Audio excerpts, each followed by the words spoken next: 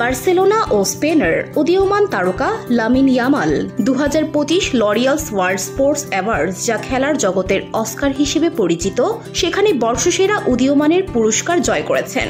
সোমবার মাদ্রিদে অনুষ্ঠিত জমকালো অনুষ্ঠানে মাত্র 17 বছর বয়সে এই সম্মান অর্জন করেন ইয়ামাল। এই মৌসুমে বার্সেলোনার সাফল্যে ইয়ামালের অবদান অসামান্য। লা লিগায় তিনি করেছেন 6টি গোল এবং করেছেন 12টি অ্যাসিস্ট। এছাড়া চ্যাম্পিয়ন্স লিগেও করেছেন 3টি গোল।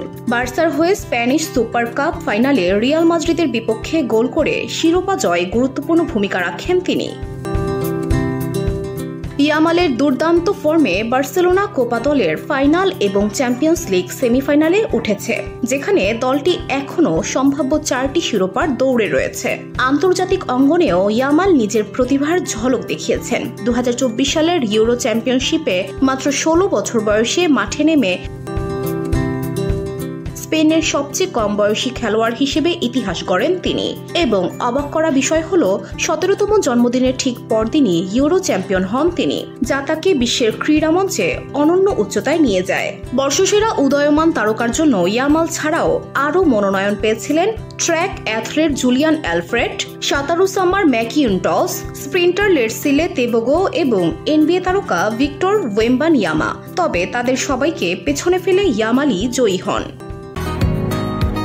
বসুন্ধরা, উত্তরা, বনশ্রী, কুড়িল ও বাড্ডা সহ রাজধানীর বিভিন্ন স্থানে অভিজাত ও অত্যাধুনিক মানের ফ্ল্যাট কেনার এক নির্ভরযোগ্য প্রতিষ্ঠান pleasant properties limited.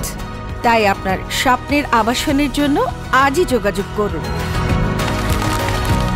Pleasant properties limited, where destiny matches eventually. অন্যদিকে রিয়াল মাদ্রিদ পেয়েছে Laureus world team of the year পুরস্কার।